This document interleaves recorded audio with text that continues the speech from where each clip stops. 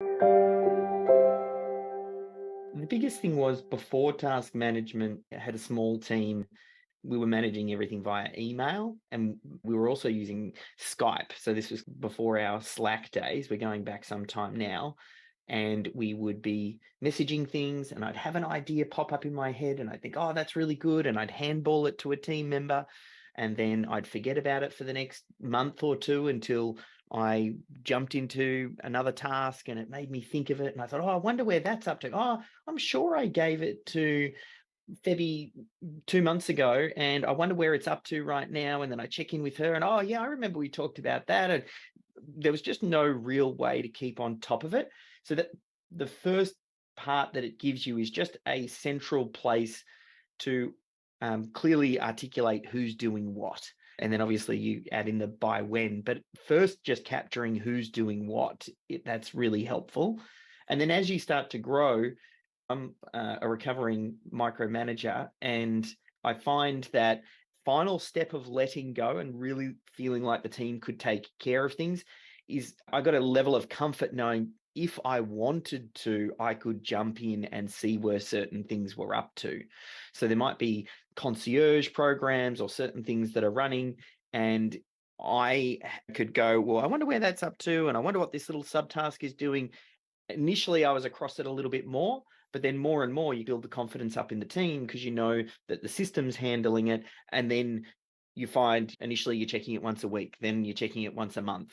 And then it's just the job of the department head or the supervisor of that team member. So it's like this gradual process. And the other missing bit that a lot of people get wrong with the task management is around setting of the expectations, as in to what standard do things need to be completed? And that's where the linking between some sort of SOP, particularly for recurring tasks, and having that system attached in the task that's being assigned, whether the team member opens it up every single time or not.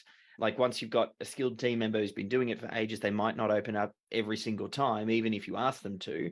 But it gives you a chance, should things not go right, to lean back on the system and then say, hey, we have this process outlined here. You have to have it open until the point at which you can execute it perfectly.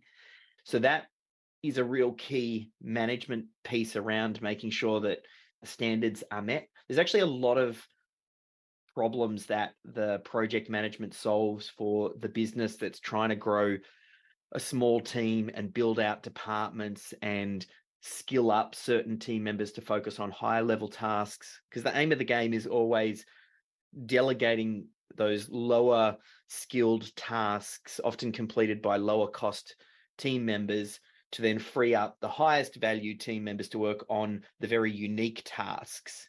There's almost like two types of tasks that make it into our project management. There's once-off related tasks, which don't tend to have a system or a process. Maybe there's a little bit of a brief. Maybe I explain to the team member what needs to be done, and once it's done. So we don't build out a process for those.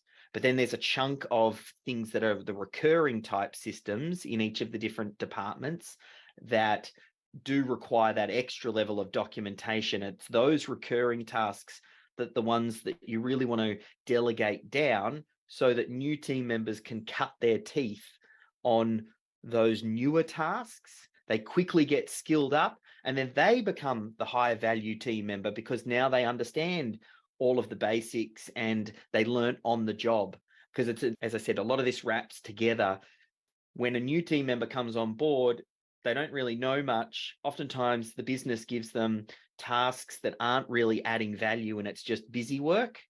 Whereas what you really want to do is if you've got those core systems documented using your project management and you have a system attached to them, the sooner you can get newer team members working on those tasks, the better, because it gets them positively contributing to the business, learning on the job, and freeing up those higher skilled team members to work on those higher tasks. So once you get that, you start to realize that the project management platform and getting it right is a bit of a game changer. Can be a little bit challenging at the start. You're figuring things out. You're trying to get team members on board, depending on the type of your business. Sometimes It makes more sense for some team members to be in project management than other team members. If you're a trades-based business, maybe trying to get the trades-based people to be hopping into Asana and ticking things off can be more of a challenge. Sometimes you might have a separate jobs management platform, but still having some sort of project management that handles a lot of the back office, finance, HR, some of the management stuff. Anyone who's sitting behind a computer, you really want to try and run most of their tasks through a task management. And for the ones that aren't behind the computer, you have to play it by ear and find what's best fit for the business.